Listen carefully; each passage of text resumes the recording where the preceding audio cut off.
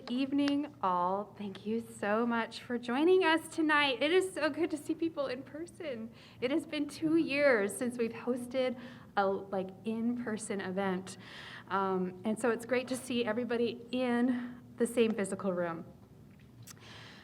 And what a 2 years it's been for public education since we last met. My name is Carrie Jean Mixa. I am the current chair of the Indiana Coalition for Public Education in Monroe County. ICPE is you. We are community members that care and advocate for public education. ICPE is nonpartisan. ICPE is grassroots. Our local operating budget is less than $5,000 a year. We are indeed David, and we are versus a lot of Goliaths. I want to begin tonight with recognizing a documentary that we released 1 year ago. It is titled Indiana's Choice, and it was created by local concerned community members, one of which is a founding member of ICPE-Monroe County, Dr. Phil Harris. School choice has troubling consequences for Indiana K-12 public school system. Indiana's Choice brings forward the voices of teachers, students, administrators, and parents to examine how school choice enables segregation of students and discrimination against students, families, and school employees. I just want to show the preview right now, and I promise we'll get underway with this evening's events after this. All right, here we go. And I say segregation now, segregation tomorrow, and segregation forever. Not much has changed since the days of the Southern segregationists who created the original voucher programs. Why is it that my tax dollars have to go to fund schools operated based on religious beliefs that I don't agree with? It's criminal what they're doing to public education in the state.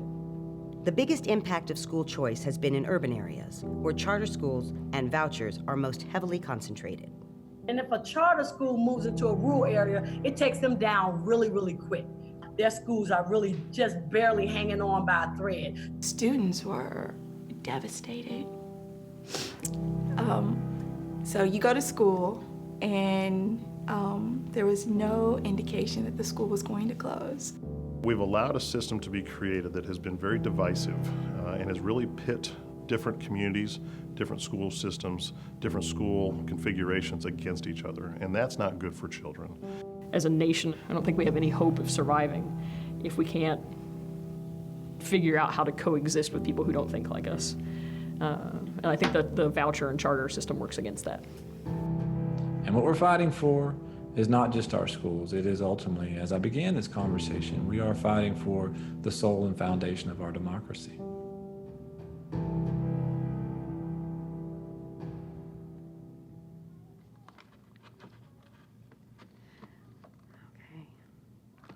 You can access this great documentary at indianaschoice.com.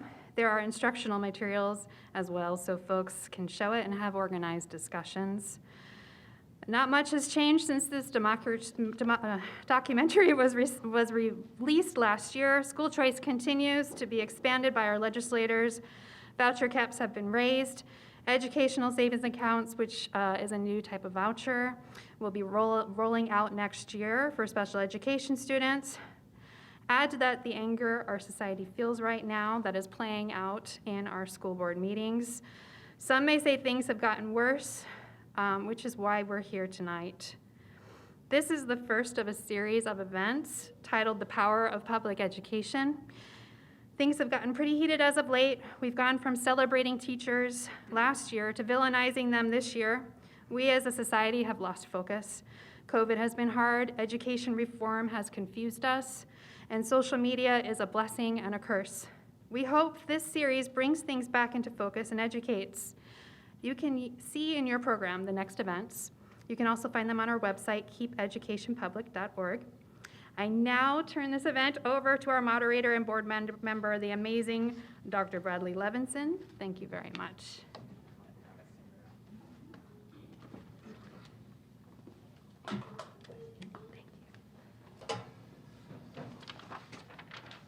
Good evening to all of you. Welcome. It's great to see folks out at an in-person event and to kind of be the ones to inaugurate or re-inaugurate the library auditorium here.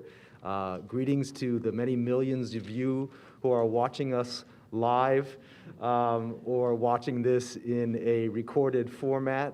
Welcome to the power of public education for shaping a diverse, equitable, and civil democracy. As Carrie mentioned, I'm Bradley Levinson. I teach in the Department of Educational Leadership and Policy Studies here at IU.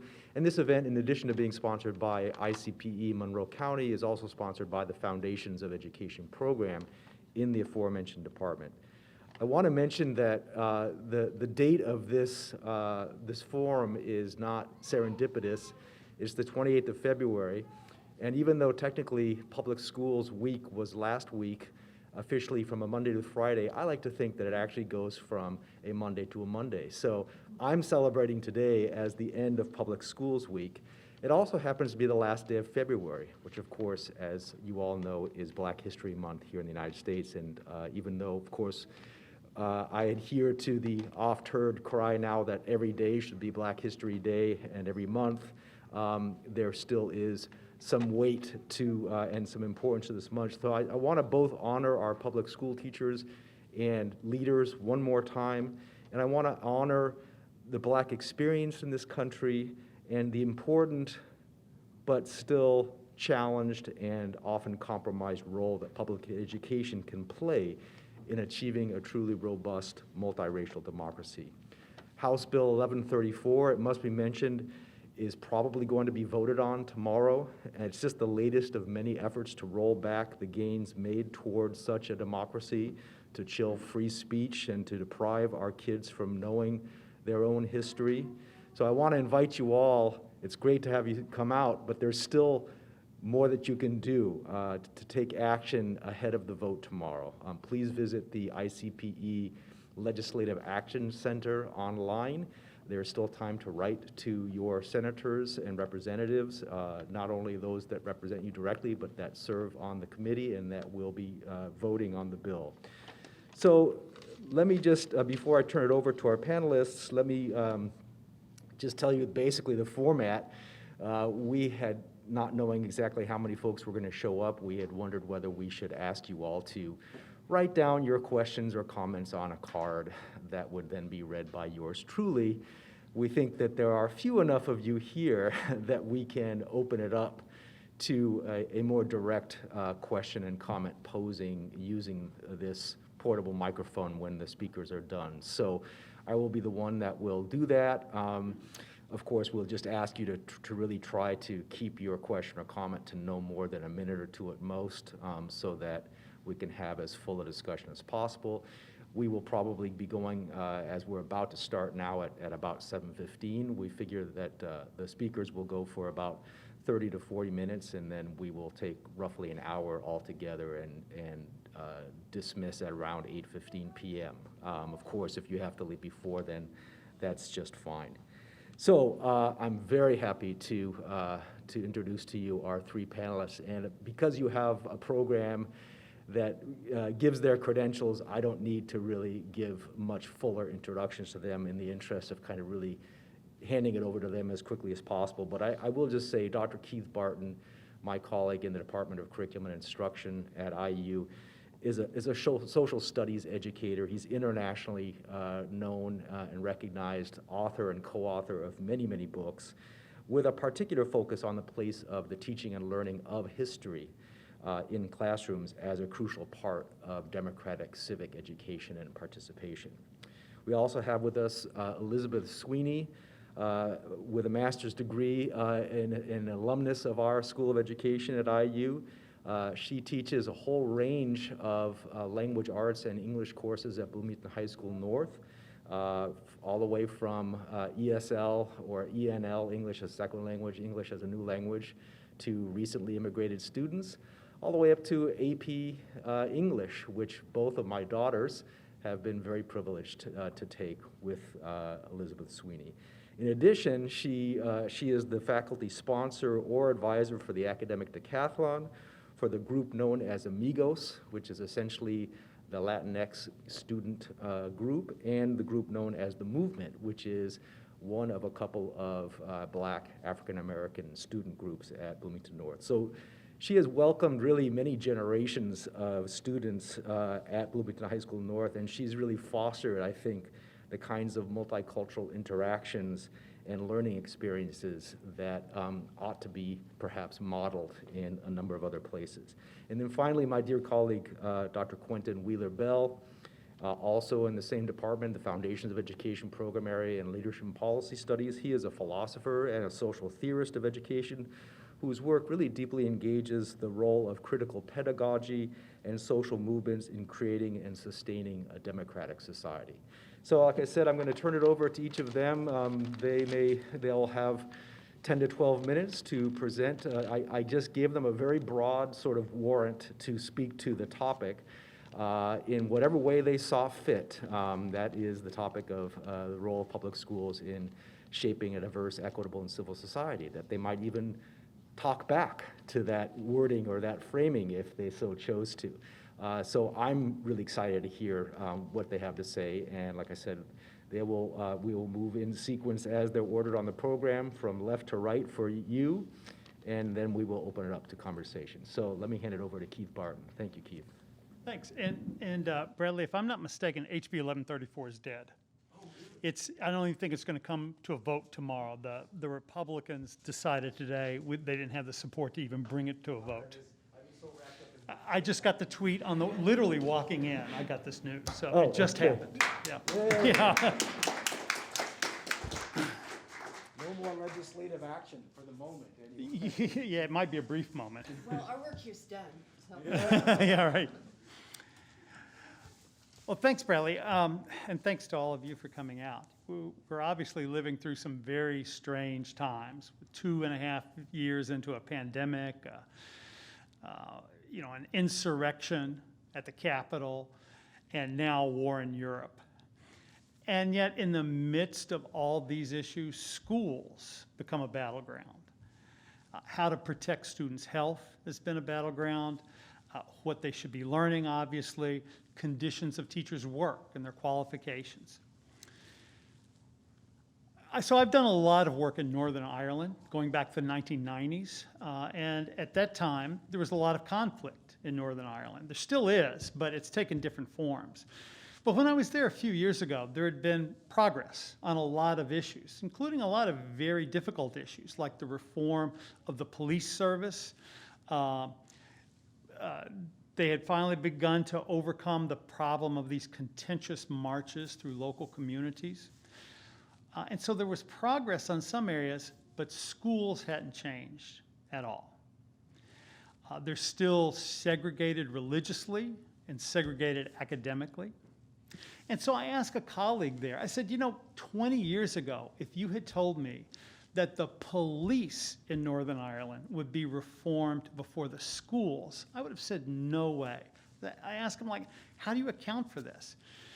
And he said, schools are all we have left to fight over. That as there's progress in other areas, schools are where we can still dig in and say, no, we're not going to change anything. And of course, schools also have tremendous cultural significance. So I think we see that here, too, as people pour a lot of energy into criticizing the one thing they feel like they might still have some control over. I mean, they can't control the economy. They can't really fight COVID or climate change. They can deny that they're issues. But what they can do is try to keep ideas that they don't like out of schools. And it's not a bad thing that people care about what's taught in schools or about the quality of teaching. But so far, this concern has been largely one-sided. It's mainly right-wingers who express these concerns. I won't even say conservatives. Conservatives could be reasonable, but it's right-wingers who are the most vocal in trying to control schools. And so for years, I've been trying to figure out why that is. Why is it only right-wingers who complain about schools or who get their way? So they'll complain if other countries or other cultures are presented sympathetically in the curriculum. But parents like me never complain that other cultures are ignored Or right-wingers will complain if there are LGBTQ characters in a children's book. But parents like me don't complain when all the characters are cisgendered or heteronormative. They'll complain if there's any mention of racial oppression. But parents like me never complain when the curriculum avoids difficult racial topics or presents them in an oversimplified and misleading way. So as Bradley said, my area is social studies, where so many of these issues come up. And I see the worksheets that my granddaughter brings home. She's a second grader in MCCSC. And these worksheets often have demeaning images of black people, no attention to important social issues in her class, and frankly, there's very little connection to state curriculum standards. I'm sometimes horrified, or at the very least dismayed, by what's being taught and what's not being taught, the missed opportunities to teach about social issues. But even after working in schools for 35 years, first as a teacher and now as a teacher educator, I don't really know what to do about it. Recently, I shared some of these terrible worksheets with some parents in my neighborhood who are on a group chat. And they were just as dismayed as I was. And they wanted to know what they could do about it. And I simply had no answer. I mean, we're not going to call out teachers as being incompetent, even if we think they might do better. We're not going to go running to principals who probably wouldn't understand our complaints anyway. We're not going to show up at the school board ranting and raving. Most of us probably don't think these things are appropriate. And we also suspect that they wouldn't work anyway. But other people will do these things, and they get their way. Of course, I just mentioned that HB 1134 was defeated this year, and that's partly because of the outpouring of support from parents and teachers and others, or outpouring of opposition. But similar things are going on at local levels all over the state, all over the country. So I think we need to figure out how to enter the conversation about the future of schools and the future of public education in a way that's appropriate and effective and productive and that gets others to listen. I mean, there should be public discussions over how race is taught in schools, but we can't let racists do all the talking. And yet at the same time, we can't adopt the same tactics as the racists do. So what should we do? I don't know. But I'm hoping the other panelists are going to have good answers to that question. Or maybe many of you will as well. Thanks.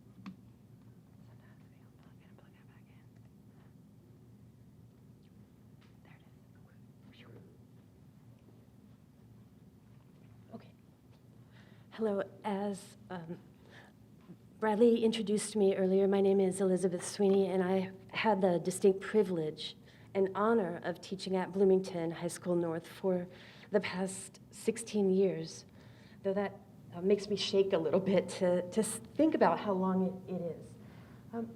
So Keith had mentioned he hopes someone has the answers, and I don't know that I have the answers. But when Bradley asked me about this, I just thought that I would share some of the things that I do that I have learned from the School of Ed and from other colleagues. And I think that my message to you tonight should be that public schools can help create the society that we need. And I have students from all over the world in my classroom, and I have students who have never left the state of Indiana in my classroom. And you know what? No matter where someone is from or how well they speak English or what their family believes ideologically, they want the same things: clean air, good schools, safety, respect for their own views, and an appreciation for others. So these are the considerations, the sort of large considerations I think that that I think about and that we need to ponder. Classroom community, curricular design, instruction, community involvement, and school culture. I'm not going to talk so much about school culture because as a classroom teacher, I can't do too much. But I'll start, I think, with classroom community. Okay, and why does it begin with the classroom community? When someone walks into my classroom, a student, their impression is immediate. So that is one thing that I have control over. They can see what the members of this classroom community value. It's controllable, and that's in quotation marks, because if you've ever tried to wrangle 35 15-year-olds at once, 3 times a day, a classroom is never fully controllable, but it is something I can, in a sense, guide what they hear there and what they are exposed to there. So it's not controllable in that I can make them do X, Y, or Z, but it's something that I know what kind of experience my students will have when they walk in the door. The classroom community allows us to model the kinds of things that we expect from our students, of vulnerability. That means sharing stories, sometimes awkward stories about my own life, in an attempt to encourage students to share theirs and to sort of eschew these Instagram perfect lives that many of us try to project on social media and really get real. Respect for everyone, and I can model respect in any number of different ways. There's no need to force a student who doesn't want to read during a read aloud to read or to speak or things like that. Can model respect in the ways I speak about others. Everything from, others. I think many students still hesitate when I refer to Black Americans as Black versus African American, and it's always an opportunity to explain that's capital B. I can talk about how important it is to hear multiple voices, and also honesty. They need to see that we as adults make mistakes sometimes and that we can laugh at them or perhaps sometimes cry at them as well.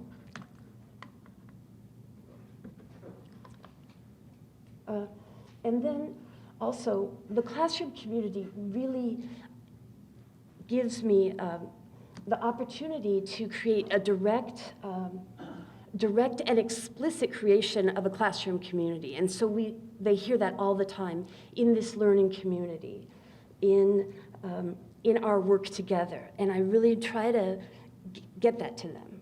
So these are some of the things that students might see or visitors to my room see or have seen. The first one is Pancho Villa, and it's a Spanish quote, and it says, "It's better to die on your feet than live on your knees." I am not bound to please thee with my answer. Boy, they love to quote that one to me. But Shakespeare, and that's to say, you know what, there's room in this classroom for disagreement. There's room for dialogue, there's room for discussion and growth. Another, I choose not to place dis in my ability. And I want students who come in the classroom who know someone who might be termed disabled, who know someone on the autism spectrum, who knows someone in a wheelchair, to know that they are seen and represented. And then, of course, the goddess Maya Angelou, if you are always trying to be normal, you will never know how amazing you will be. And that's one of the things as public schools really can teach students to exceed their expectations and to dream big. So there is room in the classroom for words like these, and there is room for the gay pride flag or the pride flag, and there is room for a poster of the Lord's Prayer, because I teach all of those kinds of students, and it is a space that public schools create for everyone, not just for me and my comfort or the students that I might have that year. So some things that I think about, and I think that many teachers do in thinking of instruction and curricular design. Content, of course, is enormous. It's a huge thing, and we're largely guided by standards in many ways. But really what I try to do is focus on abilities and skills, those competencies versus content. And I'm gonna skip down to where it says critical consumption of information. So I can give them, we can work together through developing ability to read critically. And then if I give them an argument from one side or another, I don't have to tell them what's what, because they have learned that. And it is our greatest mandate as public school teachers, or as teachers in any school, is to teach our students to be critical consumers of information, to look deeper, to think harder, to consider other perspectives. That's another sort of foundation, multiple perspectives. You know, honestly, I would like to give my students a lot of work from the Washington Post and the New York Times, because they're right, not always, but we read similarly things from the Wall Street Journal and Fox News and National Review. We try really hard not to emphasize one side over another. Once they have those skills, they lead themselves to an understanding of the world that they develop. It's not something that we as public school teachers really try to shove down their throats. Another important component is that students need to have access to actionable items. So if we read a Langston Hughes poem, for example, then they might want to have a writing workshop and try to emulate some of this work. Action. What kind of real world, what kind of things apply to what we're doing? So for example, with my English language learning class right now, we're working with the Department of Latino Studies at IU, and they are doing research for an opera that is coming, an opera that blends opera and rock and roll and mariachi music. It's called Pancha Villa at a Safe Distance. So they're doing that, and then they're going to be able to go to the Buskirk Chumley or the MAC on March 31st, and they're going to be able to see their work on display. So they have something to do. It connects them, and it makes them part of not just the classroom community, but the IU community, but the Bloomington community, because we want to teach all of our students that there's a place for them in Bloomington and in Indianapolis and wherever else their journeys take them. These are just a couple of examples of work in action. On the left, you can tell that's pretty modern. That is some students ready to do a This Veronese Life podcast on Shakespeare, so they're ready to go. Usually, they don't pay that much attention to me, but they knew they were getting their picture snapped, so I'm not trying to portray that they're all wrapped. This is an Amigos group, and it's at Fiesta del Otoño, which is the September festival that the city of Bloomington sponsors, and Josefa Madrigal-Luz has been a really integral part of what we've done, and along with El Centro and La Casa at IU. But they gave the students an opportunity to make crafts. So they had a booth and they made maracas out of, plastic Easter eggs and beans and ribbons, and they really liked it. But then a couple of these students went on to do volunteer work. And all 4 of these students are currently in college. This was maybe their sophomore and junior year of high school, but I don't know that what this community did for them here is one of the things that they will remember, but it definitely gave them the ability and practice to talk with others. Okay, so why is it so important that public schools have this, promote this diverse and just and equitable society? Well, who else is going to do it, really? We do a lot with discourse communities, or did in the School of Education, but I really don't know almost everything that we do in our lives, from where we live, where we worship, where we eat, where we exercise, is divided by class, religion, ethnicity. So many of them are. But you know, I can take students from multiple socioeconomic statuses and put them together, and then what they create working together, if I don't put limits on it, it is so much greater. The sum is so much greater than the parts. So I really, sorry, I just need a second. But it is. They are together for 80 minutes in my classroom every other day for 180 days a year. That's pretty powerful. Well, 90 days each. So I'm English. That's a long time. And for many, you know, I have students who have never sat next to a black person before. Not because they're racist, but because there wasn't an opportunity, or they did not seek out that opportunity to do so. And so it really is important that we learn that we model getting along and teaching. And I don't call my students out. I try to make it as organic as possible when moving them together, but that's the beauty of public schools, is that blending, that adding, that ultimate product is so much more than what it was before. And this is just a picture of my students from before, and these kids came from all over. Right here I'm seeing Spain, Mexico, Mongolia. I'm seeing Saudi Arabia, Turkey, Korea, well, South Korea, the United States, Italy and Germany. That's just what I see. And it's not, I mean, that's an English language learners class. That's not what all classes look like, but they're, we'll look at some in a minute. Okay.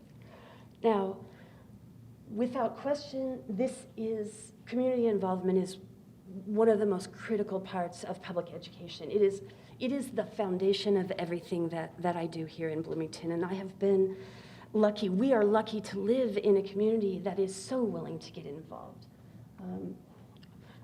with our students. And the communities that we are part of, our students are part of, are generally pretty limited. At first by just the inability of kids to pick their own friends, so geographical.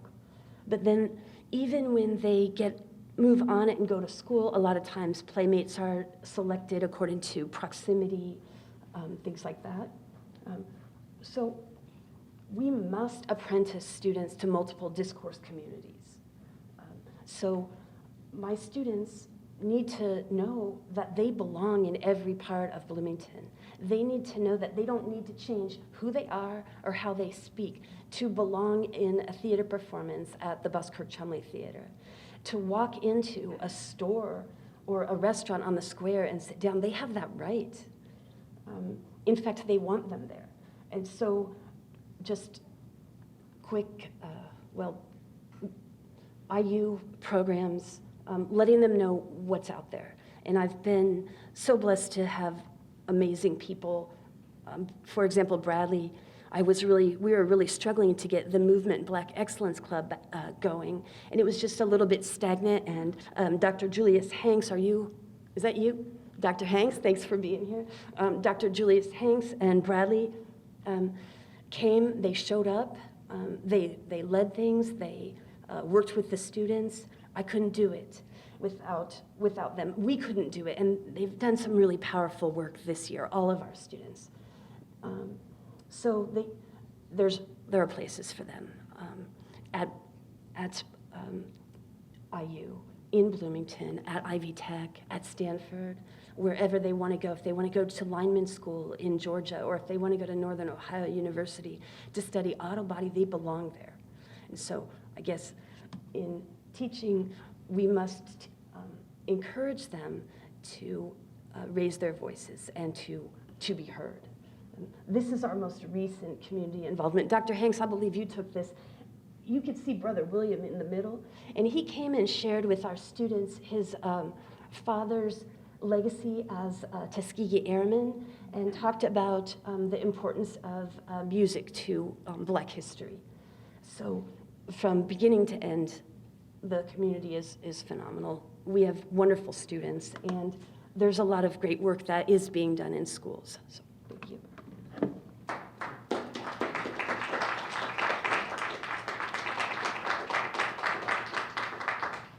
Thank you so much, Elizabeth.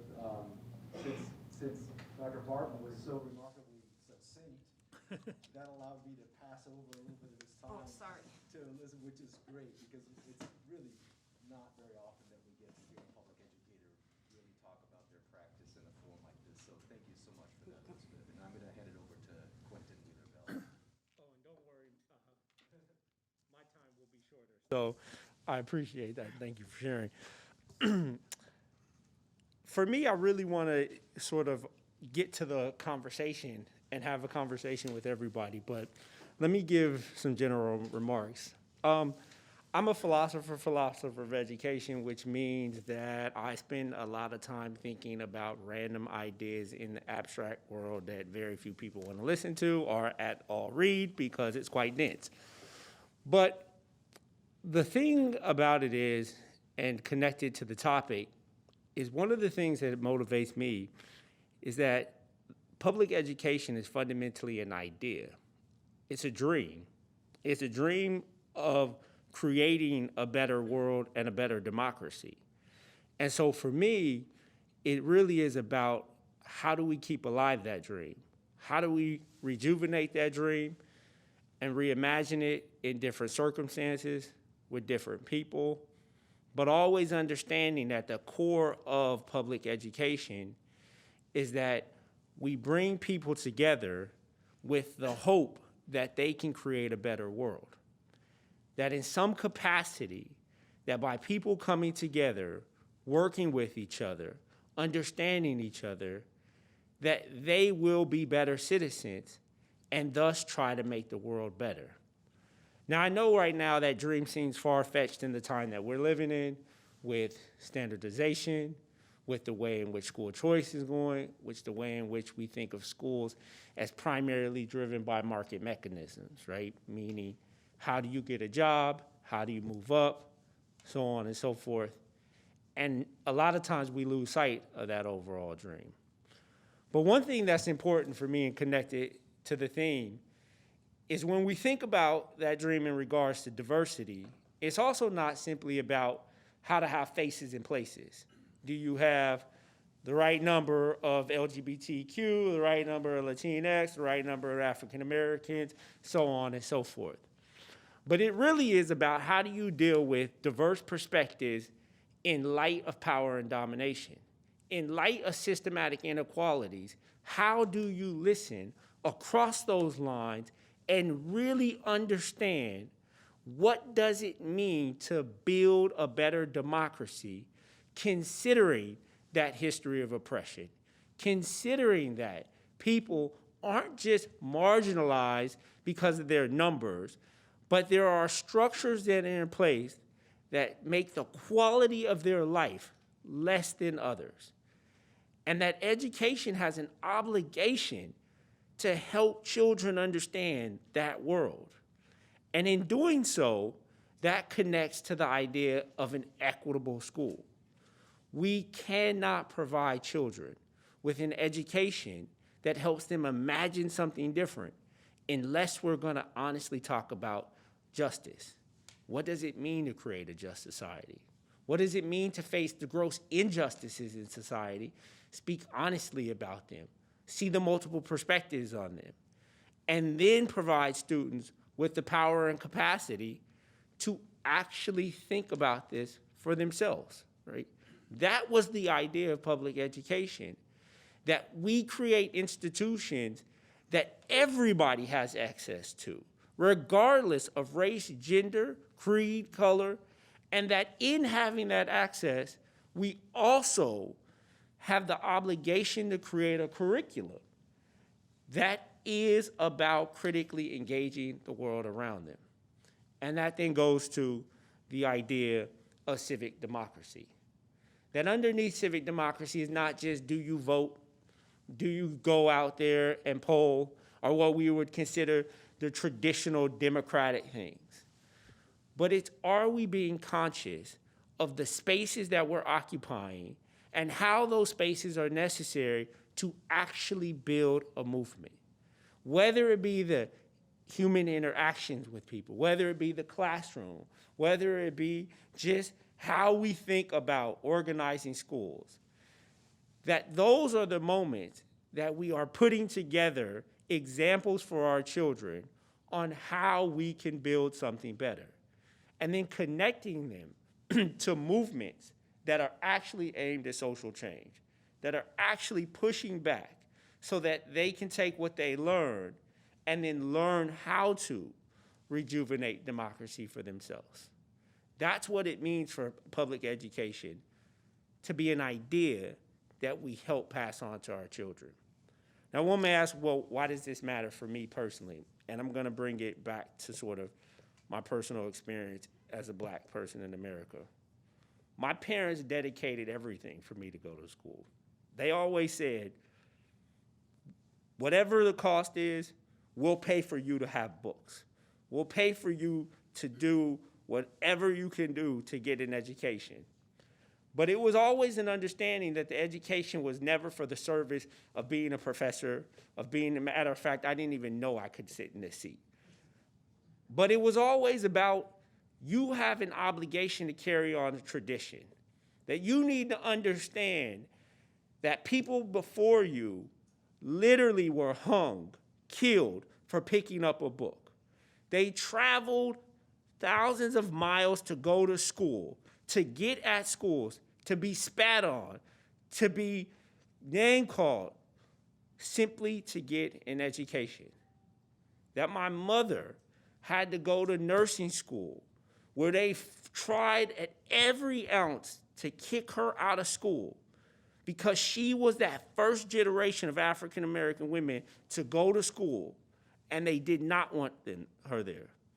That my father literally got kicked out of school his senior year, where the dean called him in and basically ran a trick to say, hey, I have some hidden information about you.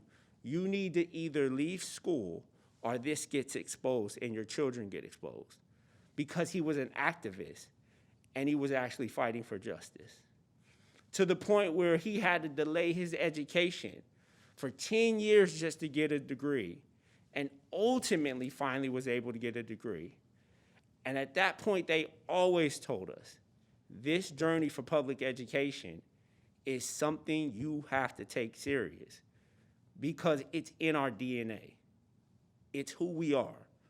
But never forget that the idea that education can be a means for liberation is actually true. That is what you're built for. And that's why I think it's really important to keep alive the idea of the power of public education. Thank you.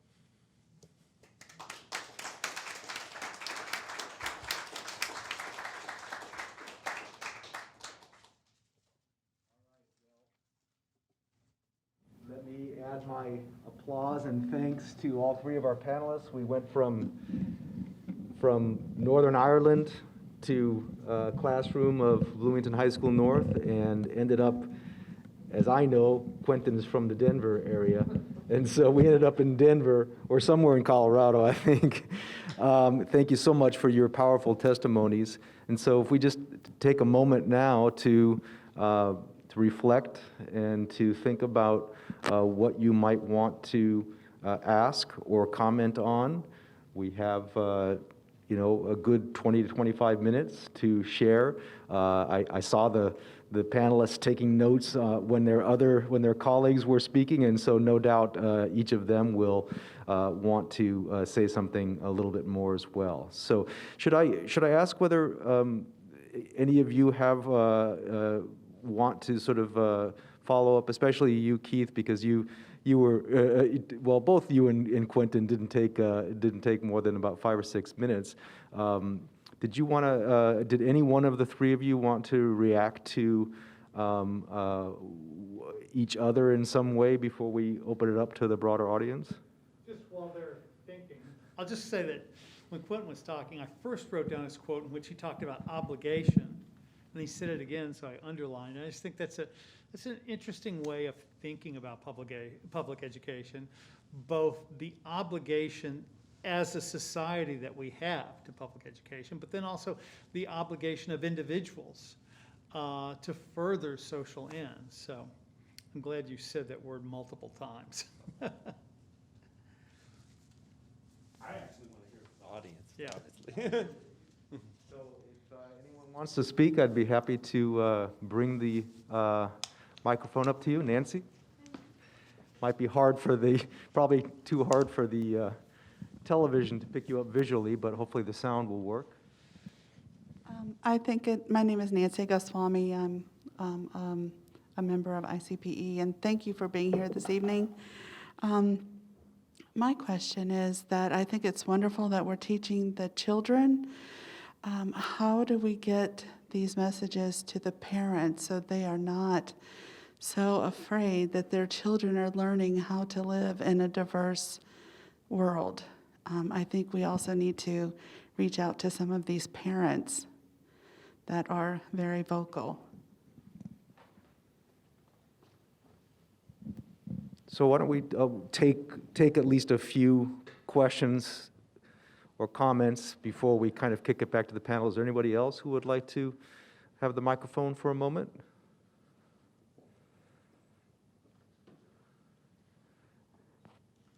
Yes, sir. Thank you. My name is Will Morgan, and here's my question, and it dovetails off some of the comments that have come around. There's always groups in the community that will be upset about something, and sometimes they get organized, so suddenly instead of just having 1 or 2 people, you've got 20 or 30 who are complaining about it. But another phenomenon is to somehow bring these people in so the issue, they're not complaining about this issue that is really perhaps misrepresented to them, but they're engaged in the service learning program that's going on at their kids' middle school. They're seeing all these other things. So one way to try to respond to this is to get more people involved, to get the parents, as odd as it may seem, the parents who are being problems involved productively. When my oldest son was a student in the Creek Love classroom for 3rd grade, his little ADHD body kept bouncing around everywhere, and so the teachers made him an aide for them and had him do things, and it was perfect. That's really another way to get some of these people involved, because if they feel like they're outside, they don't like that. I'm just curious if there's any. Obviously, the last 2 years have been pretty difficult to do anything, but I know in other contexts that's proven to be effective. Thank you, Will. One last comment, especially if it's.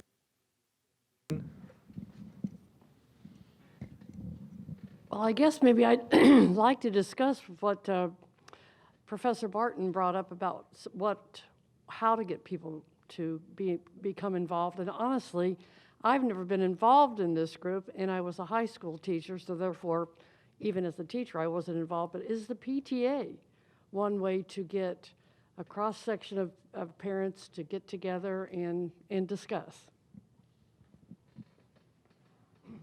All right, so I'll turn it over to the panelists. if you wish to comment on one or all of these questions or comments. I'm sorry, what was the question? No, I'm just kidding. So, let's see. I think, how do we reach parents who may fear what their kids are learning? And I think I'll sort of dovetail on what Will said, is give them something to do, and that works so well. A couple things.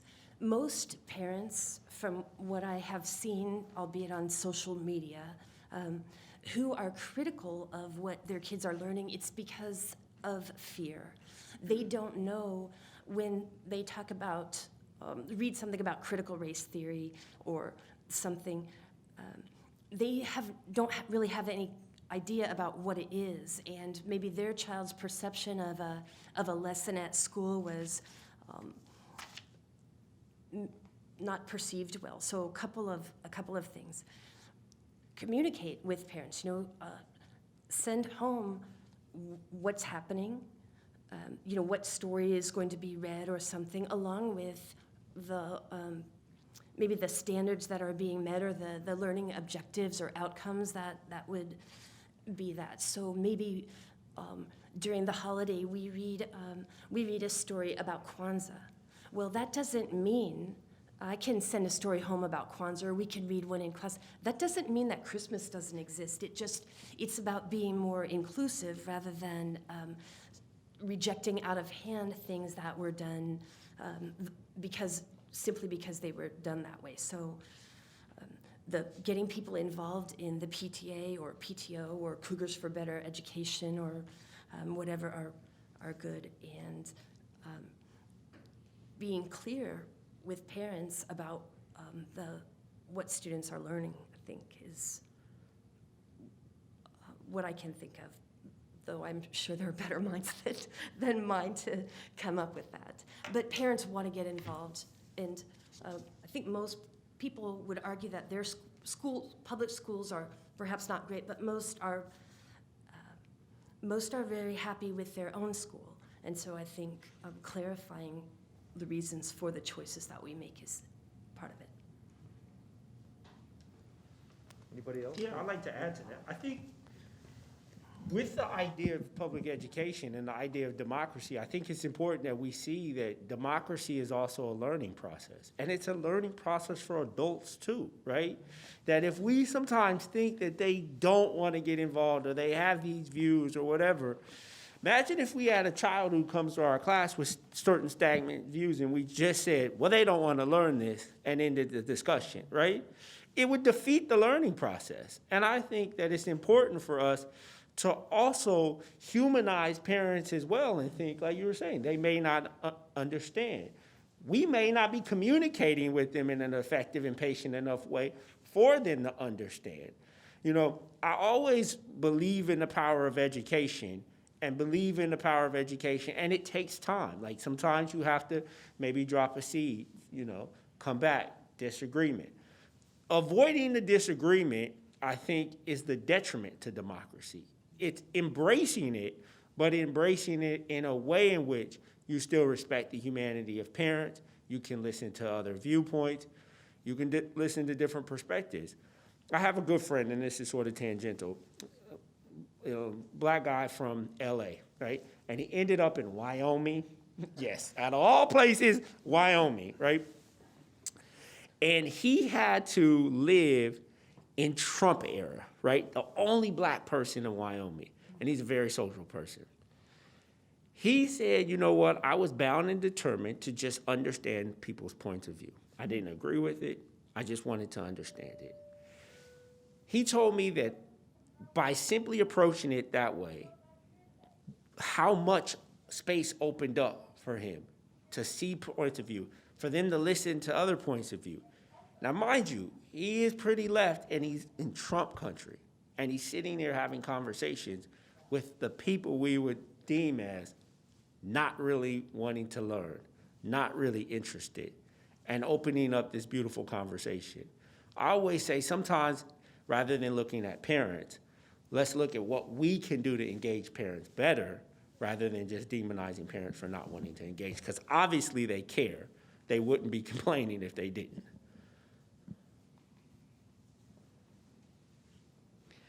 Well, as a mother of 4 children, I want to say that I think, and also somebody who's paying attention to the big picture, I think it's important to know that or to recognize that the people that are the loudest right now, as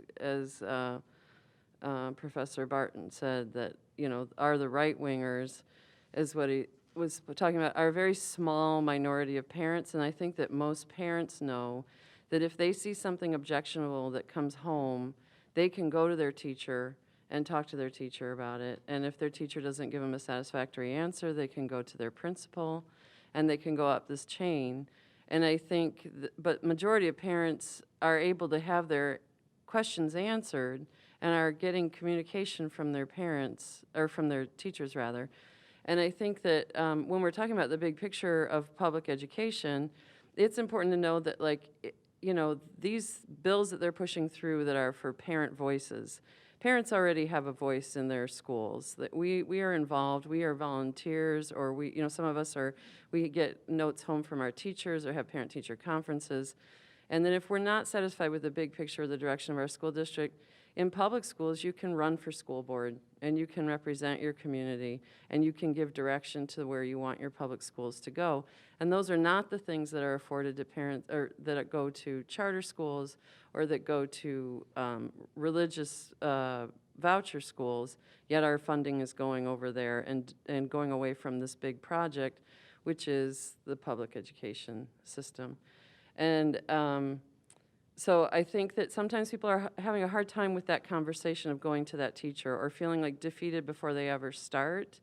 And that is something that is on the schools, to try to make ourselves more welcoming, to give ourselves more communication home to the parents, and for the parents to come back to us and feel comfortable with it. But it's important to know that the attack on public education is not just what you would talk about as right-wingers, but it's also people on the left who gave up on that project of democracy and decided to create these separate systems with charter schools in an attempt to try to find a way to have success. And they opted out of that messiness that is democracy, and they're taking their tax dollars with them.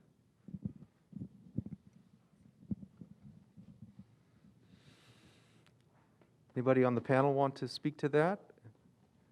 I see someone else here in the audience. Is there anybody up here that wants to speak?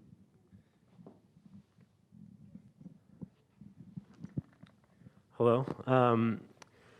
My question was just provoked by something Dr. Q said about leaning into the disagreement. And so my question is, do you feel like we're avoiding the actual argument about critical race theory in schools? The accusation is that critical race theory is being taught in schools, and it feels like the response has been just kind of a flat denial that critical race theory is not being taught. But it also feels like, working at IU and like my experience within education, is that if not critical race theory, at least just kind of broadly critical theory is accepted and maybe encouraged, like we're encouraging our teachers to teach from that perspective. And so, I mean, part of me feels bad for like my pre-service teachers that we're preparing to go into these schools, where we're kind of encouraging them to teach from a critical perspective, but we're also telling the community critical theory is not being taught. And I think the big question is, like, should we just have the fight? Like, if we're pro critical theory or critical race theory, maybe now is just the time to have that argument. And maybe it's say, yeah, we should be teaching. We want this to be in the curriculum.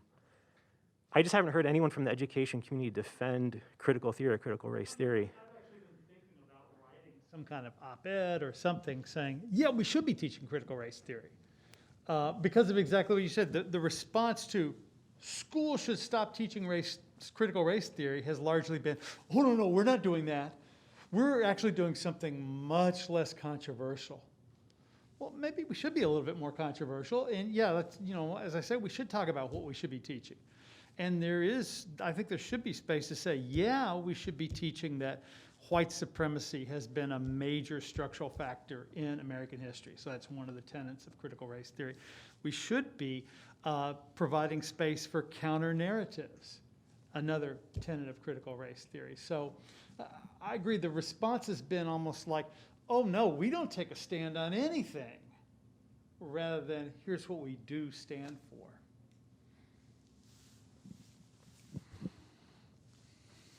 Anybody else? We definitely, in literature, in freshman literature, we do a lot of work with critical theory, but we don't frame it in a specific way, and we emphasize the idea that it's that we're using the theory, the idea as sort of a lens. So, you know, it could be. I think I do queer gender theory with them, post-colonial and Marxist. So we do look at it, and I told them this year it's the first time. Really, even before 1619 project came out, we were looking at them, but I told him, yes, this is critical theory, but there's more to it, and I'm not teaching this as doctrine, and you shouldn't accept it as doctrine, but it's just one way to understand it from a perspective, from a different perspective. No, it's not the only perspective, but that's part of being educated, is being able to apply these things and to understand the different experiences that people have. So I don't think someone from the School of Education who was approaching things critically would be at a disadvantage. It's just sort of proceed with awareness of that. And Kathy, I really like what you said about people from both sides sort of doing things that might counter the ideals of public education, and I'm not sure what to do with that. But I do know that Indiana has the largest school choice and voucher program in the country, and it's done some ugly things to public education. But one thing that I learned, and this is also sort of an aside, you know how our tax dollars can go to Lighthouse Christian or to St. Charles? Do you know there are Muslim schools in Indiana, like Iman Academy, that receive tax dollars as well? So even though I don't agree with separation of church and state, I'm happy to know, or relieved to know, that it's not just for a particular religion that we're embracing. So. Quentin, did you want to say Yeah, anything? to pick up on both the comments. I think with the comment on the left sometimes choosing vouchers, I think it's important to be sort of nuanced at this one. And I also think the nuance is needed in the critical race theory debate. Because I think the last time I checked, 54% of African Americans support school choice, right? So we have to ask why. Why are 54% of African Americans supporting school choice? Well, I mean, let's look at the history of public education as it currently stands and look how unjust and segregated it is and the opportunities. If you're a black parent in those schools, why would you not support school choice, right? Like, I know parents that are sending their kids to school where there are literally drive-bys outside. Like, the idea that they would not want something else, I think we don't want to blame the parent. I think it's important to ask, what's the larger society that's being structured in such a way where those options aren't even provided by public education in the first place, right? It's not the parents or the people who choose it, it's the structure. And I think this goes to the same debate in critical race theory. Sometimes we get caught up, is this critical race theory or is it not? What are the details to it? But the underneath conversation is, what does it really mean to talk honestly about a history of white supremacy and racial domination in America? That's the question. Can we honestly talk to children, teach children about that history? Because it is a fact, right? Now, the methods, the sort of theoretical lenses, of course we would want students to see different lenses to understand it. But we cannot deny that that is a fact of American history, right? And that, I think, sometimes gets lost in the nuance of, is it critical race theory or is it not? I think we should own the fact, yes, we want to teach history. Yes, we want to teach about racism. These are things, how we do it, the process, that is the thing that democracy has to think through and debate, absolutely. But it's absolutely essential that we teach these things to our children. Other questions or comments? We still have, I guess 5 minutes or so. We're at 10 after 8. Anybody else? Yeah, okay, I see you over there, and then back to Jenny.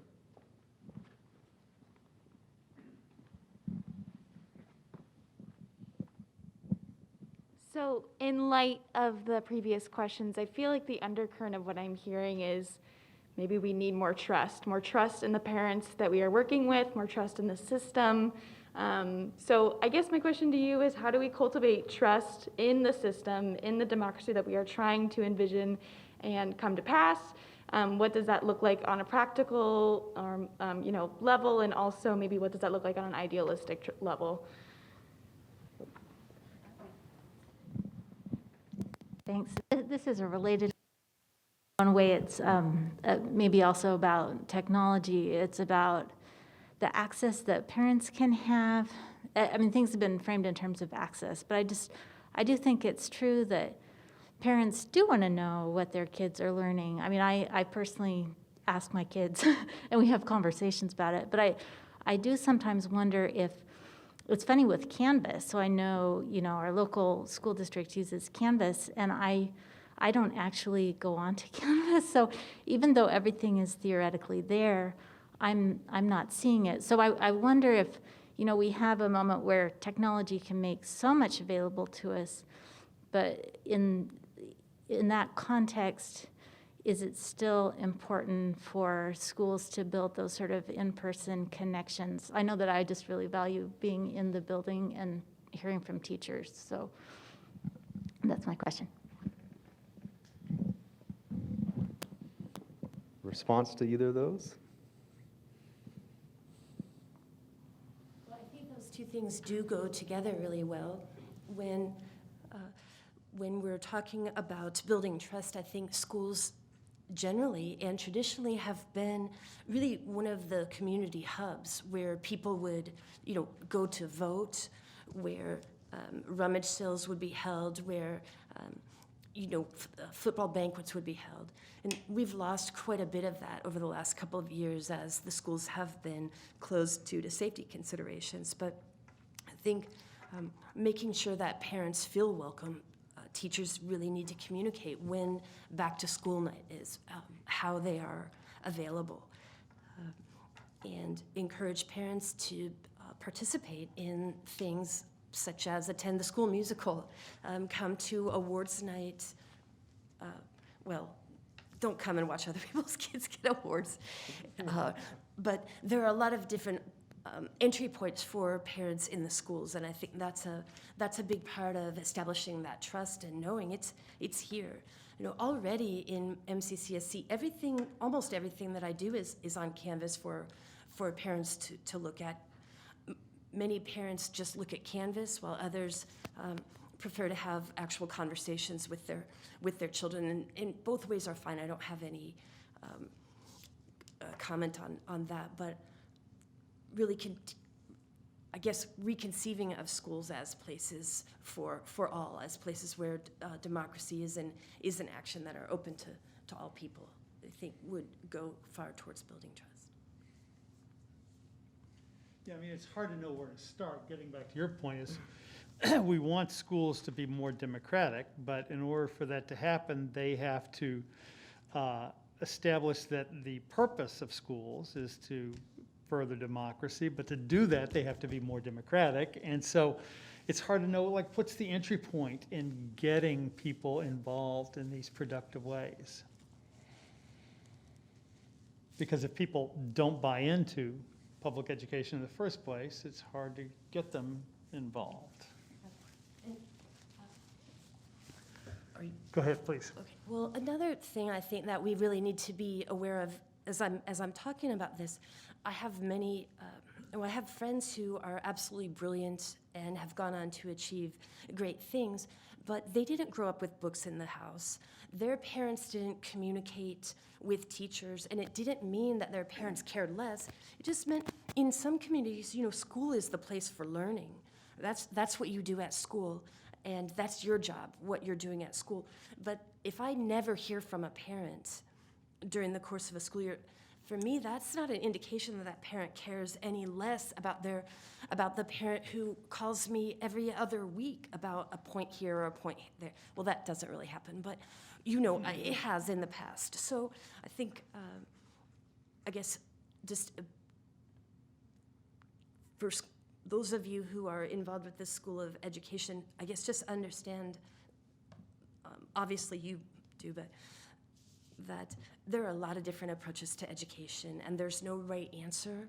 Just as in democracy, there's no right answer for the perfect society. So I think awareness that love and care for education takes many forms. To piggyback on that, and I'm gonna steal your classroom if you don't. When you were presenting, what I really appreciate is you talked about students just the walking into your classroom and the things that you did, like respect and vulnerability. I look at those as the bedrocks of democracy. Like, your classroom is embodying right there the ability to establish trust, the ability to have those communications. That's what I mean sometimes. While we can get lost in the larger system and think about how that seems oppressive, sometimes we can miss those small spaces that help build that democratic trust, that help make people see the connection between, hey, I'm listening to you, I care about your opinion, and this is what democracy is about, right? This is why I'm doing it. And I think the classroom is a great space that you can do that as teachers, simply listening to other viewpoints, having multiple perspectives, having people critically engaged. Those are parts of democracy, right? That I think you embody in your classroom. And I would guess from the beautiful pictures, your students trust you a lot, right? I mean, huh? Sometimes. Yeah. But I think that is, part of the process of understanding that we can still do it in our small spaces and then branch that out to then have larger movements. Movements sometimes start at a kitchen table. They start in the barbershop or the salon. They start on a street corner, right? They start in those small spaces, and sometimes they stay there and they grow. They start in classrooms. And I just always believe, occupy that space. That's what the right does when they want to dismantle education. They occupy every space and infuse a message going in the other direction. I don't understand why people, I'm not saying you're accusing us, but us who believe in democracy can do the same as well. Well,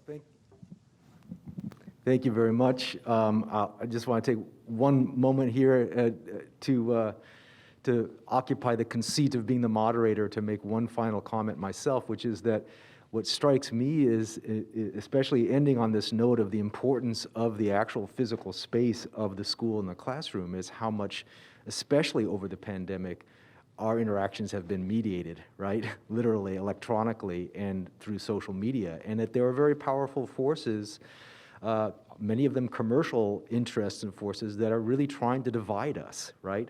Who will characterize critical race theory as Marxist, which is, kind of one of the ultimate boogeymen, right?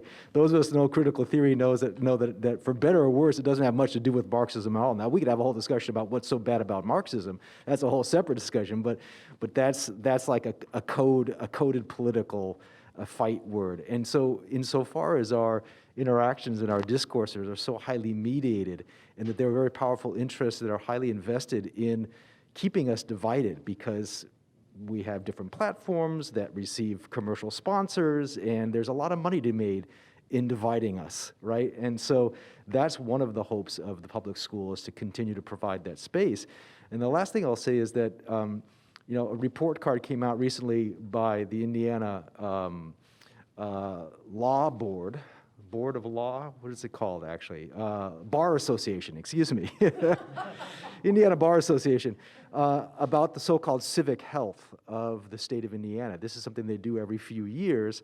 And, you know, what's really striking is, of course, what they've observed progressively over the last number of years is a growing sort of relegation or even ghettoization, if you want to use that strong term, of the social studies in schools and of teaching for and about democracy, right?